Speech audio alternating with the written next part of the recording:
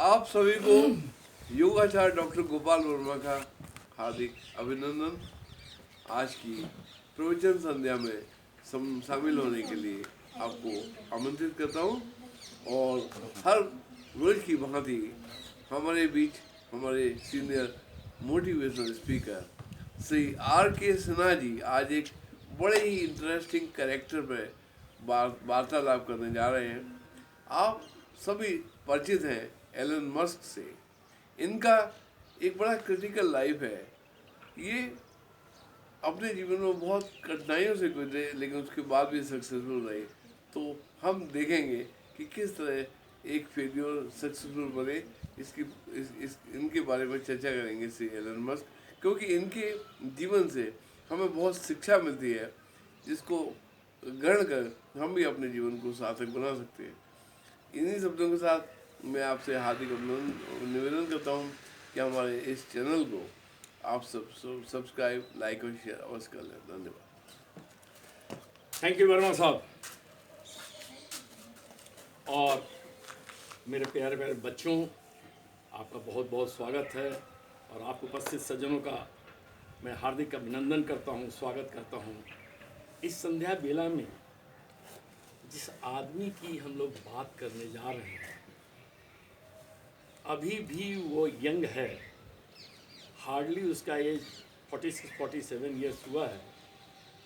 अगर मैं सही कैलकुलेशन करूं तो 24 जून 1971 उसका बर्थ है।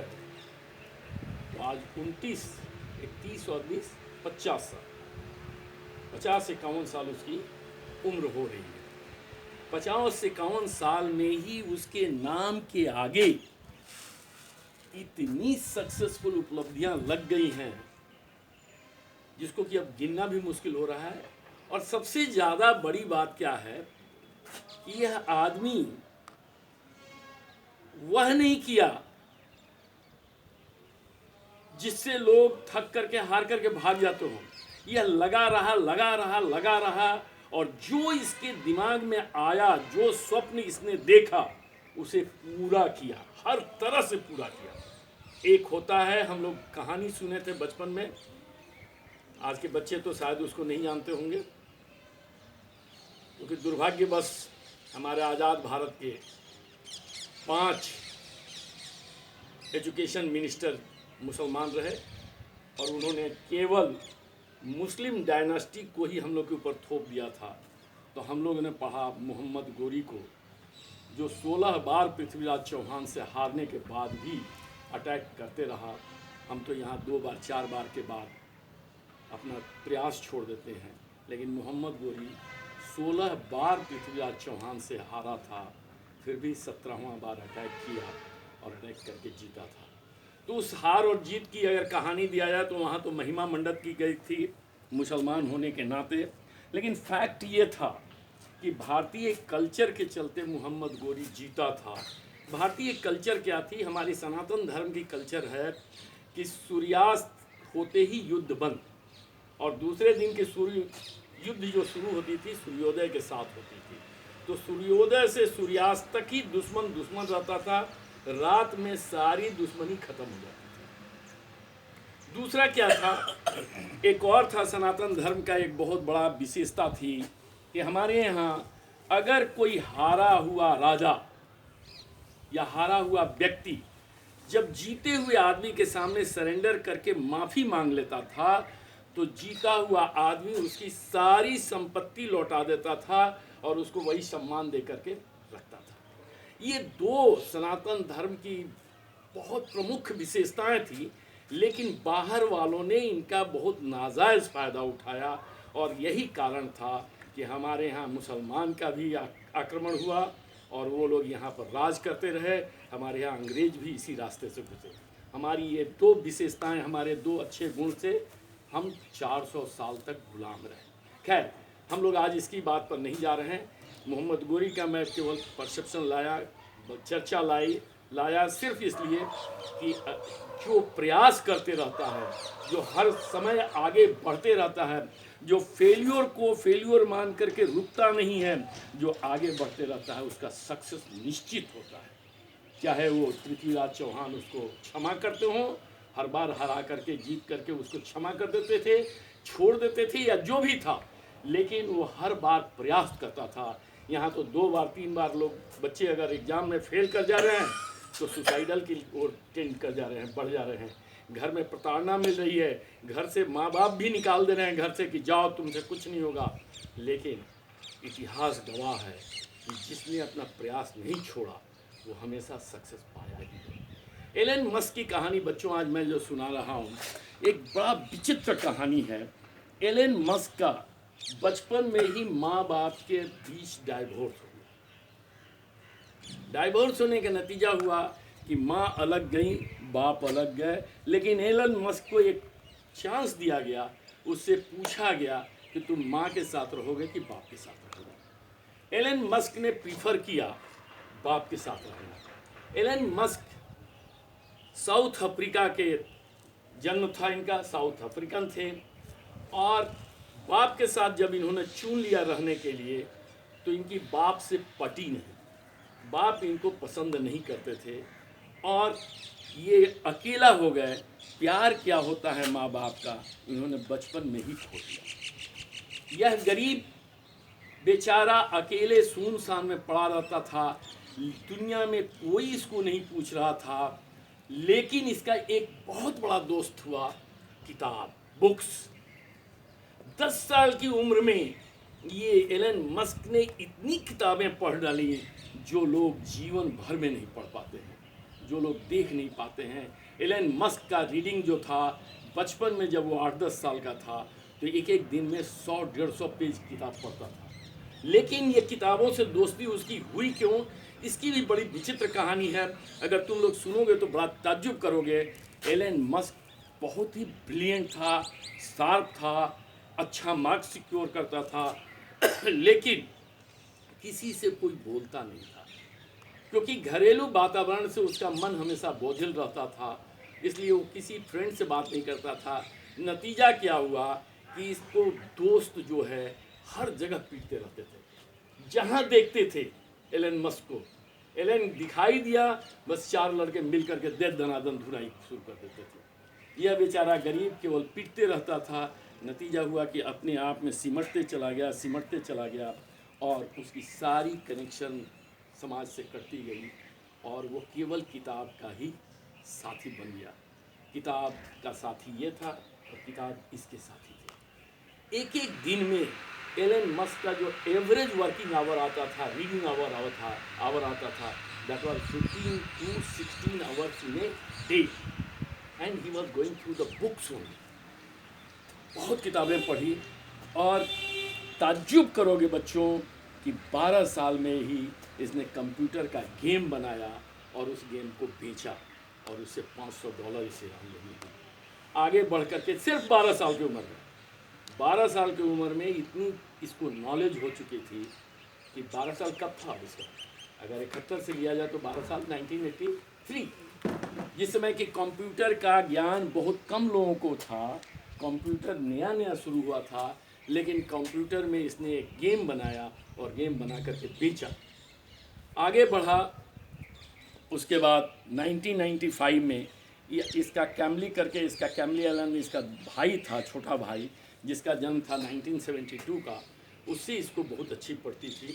दोनों मिलकर के एक कंपनी बनाए, जिप2 कंपनी बना और जिप2 में इसको CEO बनना था उस कंपनी का, लेकिन उसके जितने बोर्ड ऑफ डायरेक्टर्स थे इसके कम उम्र को देखते हुए इसको CEO मानने से इनकार कर दिए और एलन को वहाँ से निकाल दिया गया उस कंपनी से।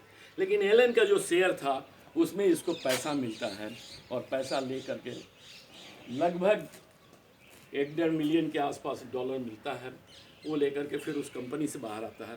फिर इसने एक कंपनी बनाई, इलेक्ट्रॉनिक, जो आज जो देख रहे हो, पेटीएम और भीम ऐप और तुम्हारा जितना भी है मनी एक्सचेंज वाले जो गूगल पे है, लाइक दैट इसने पेपैल बनाया।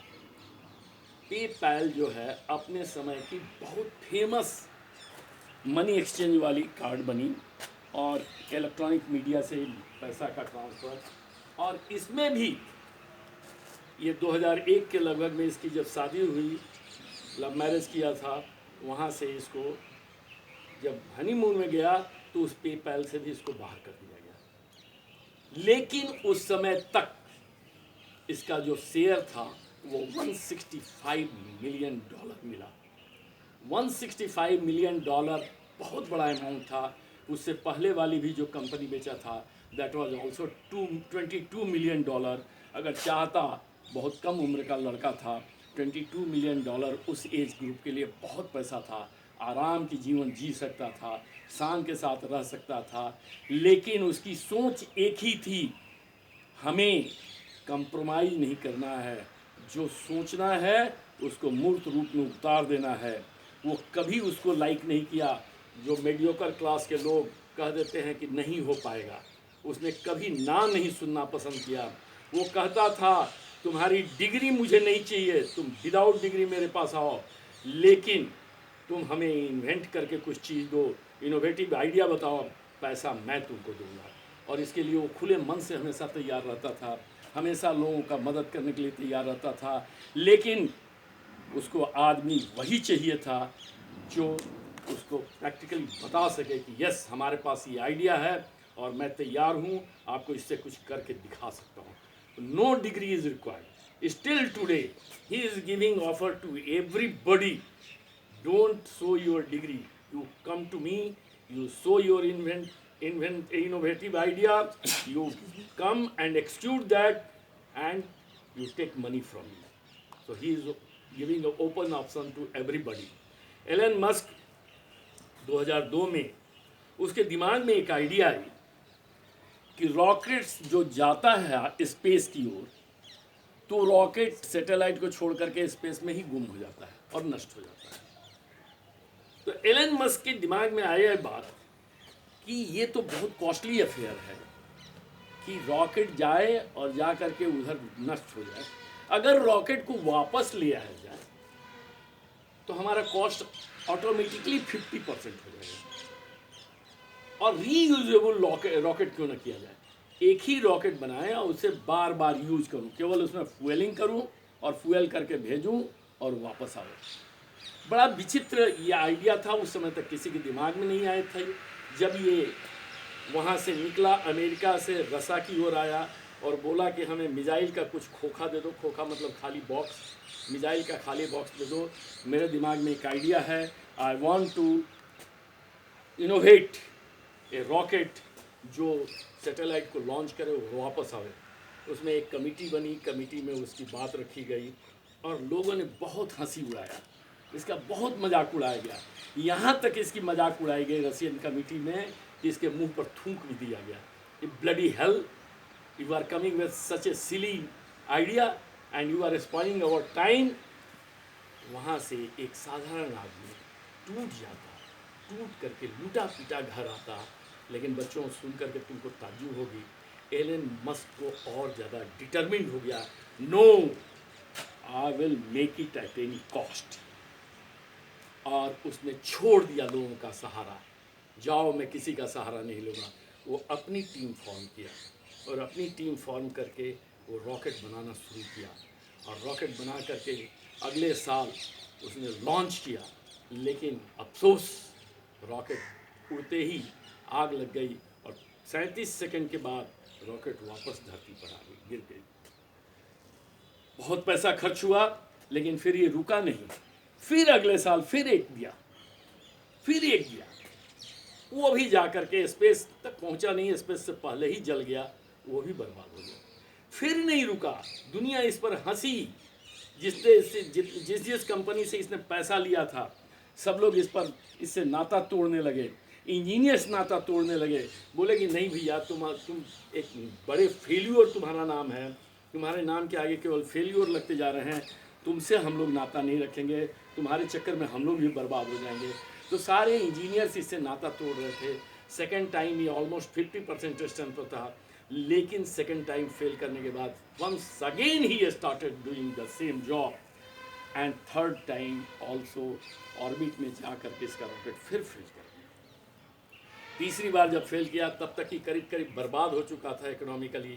जितना पैसा कमाया था वो सारे पैसे इसके ख़त्म हो चुके थे, लेकिन इसने हार नहीं मानी। ये सबसे बड़ी दिक्कत क्या थी एलन मस्क के साथ, इतना क्विक डिसिसिव था कि ये सोचने के लिए टाइम नहीं लेता था। आज तक दुनिया में हिस्ट्री यही कहती है कि जब भी कोई फेल्यूर होता है तो हताश होकर गिरता है, और जब फिर कोई उसको मोटिवेशन मिलता है, कोई आदमी उसको आके सपोर्ट करता है, तब वो उठ के खड़ा होता है, तब वहाँ से वो आगे बढ़ता है। लेकिन एलन मस्क जिस दिन फेल होता था उसी दिन नेक्स्ट डे उसका प्रोग्राम आता था, yes I am going to attempt the second chance also. I am going to attempt once more. I am going to attempt once more without seeing any calculation of loss and profit. He was going on doing his job. He was मतलब named as successful person. Failure जिसका जो था, हर failure उसको एक सीख देती थी। और ताज्जुब की बात ये है, ये जब थर्ड टाइम फेल किया, he was not having any qualification of rocket engineering. He was simply science graduate, physics graduate, physics and business में इसने किया था ग्रेजुएशन, और कनाडा से इन्हें पढ़ा था। साउथ अफ्रीका से भागा इसलिए था कि साउथ अफ्रीका में military training was important, and that's why he left South Africa at the age of 15 and he came to Canada, और कनाडा में इसने ग्रेजुएशन किया। कनाडा के बाद कैलिफोर्निया भी गया, वहाँ से पढ़ा, लेकिन he never gone through the rocket engineering. Still he was not ready to say no to the next attempt. He started going through the book, reading the books, and he declared himself as chief engineer of the project for the fourth time. And ताज्जुब लगा कि चौथी बार उसकी rocket गई और वापस भी आई। और उसके बाद वहीं नहीं रुका। नासा जो आज वर्ल्ड का माना हुआ इंस्टीट्यूट है, नासा ने इसको कॉन्ट्रैक्ट दिया और बोला कि अब से अगली बार से जो हमारी सैटेलाइट जाएगी वो तुम्हारे ही रॉकेट से जाएगी, और नासा के साथ इन्हें पैक्ट किया। और आज की डेट में एलन मस्क 50 धनी व्यक्ति दुनिया के जो हैं उसमें इसका नाम है। His worth is more than $50 billion आज की डेट में है। बच्चों, ये यहाँ पर ही इसकी कहानी ख़त्म नहीं होती है। 2006 में जब ये सक्सेस 2002 से शुरू किया था रॉकेट बनाना, कि जो रॉकेट जाए सैटेलाइट को छोड़े और वापस आए, 2006 में इसको सक्सेस मिलता है। और 2006 के बाद इसकी सोच में आती है कि हमारा रॉकेट जो जाएगा वो जल के सतह पर आएगा, वो अपने प्लेटफॉर्म पर उतरेगा, तो लैंडिंग भी जो होगा सी लैंडिंग होगा और सेफ लैंडिंग होगा।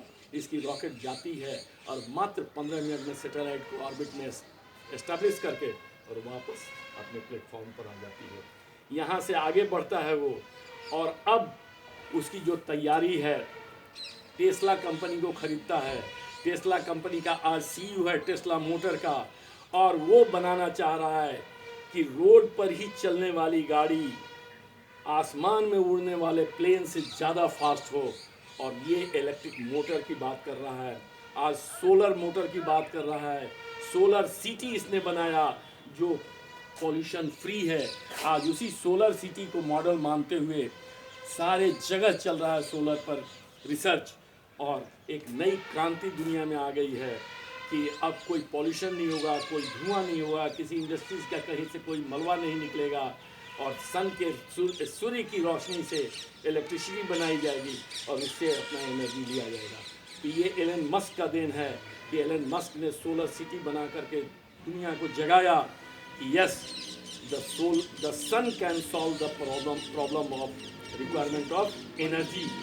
सो अर्थ जो है अब एक दूसरी दुनिया में जा रही है, जहाँ की उसको न कोयला जलाना है, न गैस जलाना है, न तेल जलाना है। एनर्जी बहुत आसानी से सूर्य की रोशनी से मिलेगी। ये थिंकिंग है एलन मस्क की। एलन मस्क यहाँ पर भी नहीं रुकता है। एलन मस्क कहता है कि जिस तरह से अर्थ पर से डायनासोर गायब हो गए, इतने विशाल काय जीव अर्थ पर से डायनासोर गायब हुए, क्योंकि कोई ना कोई वहाँ से उल्का पिंड आया था और धरती से टकराया था, धरती तहस नहस हो गई थी और इस पर से सारे जीव जंतु मर गए थे। तो डायनासोर जैसे विशाल जीव जब पृथ्वी से मर सकते हैं तो हो सकता है कि कोई एक दिन उल्का पिंड आकर के धरती से टकराए और धरती का फिर विनाश हो और हम जो मनुष्य हैं इनका भी अंत हो जाए। तो इसी की थिंकिंग है कि why not we should search out a place जहाँ जाकर के धरती से जाकर के हम वहाँ पर रहें। तो इसी की अभियान में मंगल ग्रह पर खोजा जा रहा है कि मंगल ग्रह पर क्यों नहीं आदमी को रखा जाए। मंगल ग्रह की आज सारे क्लाइमेट्स की स्टडी चल रही है। एलन मस्क इसमें एकदम जी जान से लगा हुआ है कि I must solve something solution, कि अगर कल को कोई अगर एस्ट्रॉयड टकराता है पृथ्वी से तो मनुष्य को उससे पहले निकाल दिया जाए। स्पेस में प्लेटफॉर्म बनाया जाए जहां मनुष्य को रखा जाए। मतलब ये मनुष्य जाति को विलुप्त होने नहीं देना चाहता है, मनुष्य जाति को प्रिजर्व करना चाहता है, मनुष्य जाति के भविष्य को सुरक्षित करना चाहता है और एलन मस्क उस पर काम कर रहा है। एलन मस्क को जितनी सैल्यूट की जाए कम है, लेकिन एलन मस्क हमारे लिए एक बहुत बड़ा एग्जाम्पल है हमारे भारतीयों के लिए, क्योंकि आज भारतीयों में जो यंग पीढ़ी है वो दुनिया की बहुत सी कंट्री के टोटल पॉपुलेशन से ज़्यादा भारतीय यंग का पॉपुलेशन है। आज भारत में युवा शक्ति इतनी विशाल है, जिस विशाल शक्ति को अगर यूटिलाइज किया जाए तो शायद कुछ ऐसा भी अचीव किया जा सकता है जो इम्पॉसिबल है। भारत में दिमाग की कमी नहीं है, भारत के लड़कों में एनर्जी की कमी नहीं है। मैं जानता हूँ तुम बच्चे कुछ भी कर सकते हो, तुम हर वो कार्य कर सकते हो जो एलन मस्क किया। एलन मस्क तो बहुत बचपन में बहुत ज़्यादा टेरिफाइड रहा, बहुत कष्ट से जीवन बीता, समाज में निकल नहीं पाता था, लेकिन आप तो बहुत सुविधा युक्त जीवन जी रहे हो। अगर तुम थोड़ी सी भी मेहनत करोगे तो एलन मस्क को भी तुम पीछे छोड़ सकते हो। और जीवन वही है बेटा जो मैथिली शरण गुप्त के अनुसार है, अर्पित हो मेरा मनुष्य काय, बहुजन हिताय बहुजन सुखाय। मतलब हमारा ये जो शरीर है, मनुष्य का जो शरीर मैंने धारण किया है, ये लोगों के सुख और सुविधा बढ़ाने के लिए, लोगों की हित में अगर ये चला भी जाए तो कोई बात नहीं है। हमारा इतिहास चीख चीख के कह रहा है कि जब देवताओं पर संकट आया था तो हमारे ही एक ऋषि ने अपनी हड्डियों तक का दान कर दिया था कि ले जाओ इस हड्डियों से वज्र बनाओ और दैत्यों से लड़ाई करो।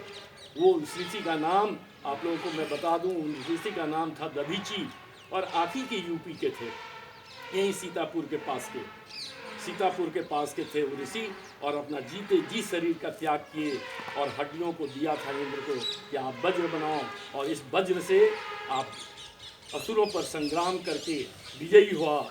तो जहाँ ये कल्चर है, यहाँ लोग अस्थि दान दे देते हैं, वहाँ क्या आप लोग अपने जीवन का कुछ समय नहीं लगाएंगे कि मनुष्य के कल्याण हेतु आप लोग भी कुछ बन सकें। भारतीय युवा शक्ति को सलाम है।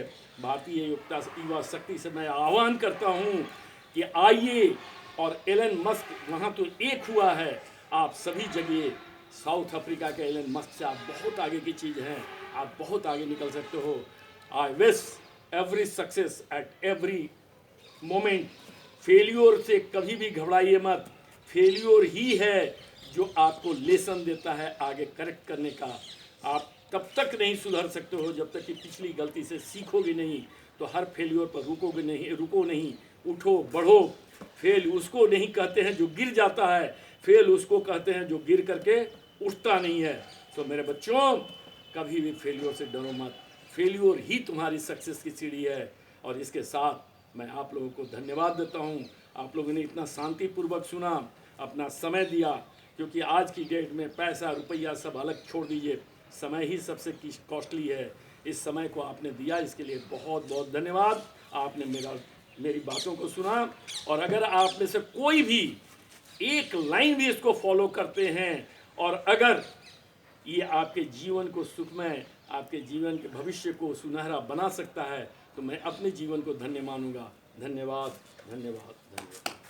बहुत सुंदर प्रवचन आपने सुना साहब दिया, हम सब लोगों के लिए एक अच्छी सीख, और उम्मीद है कि हम सबको एलन मस्क के करेक्टर से अपने जीवन को सफल बनाने के लिए बहुत कुछ सीखना चाहिए और उसके पथ से पर चल के अपने जीवन को सार्थक करना चाहिए। धन्यवाद। बहुत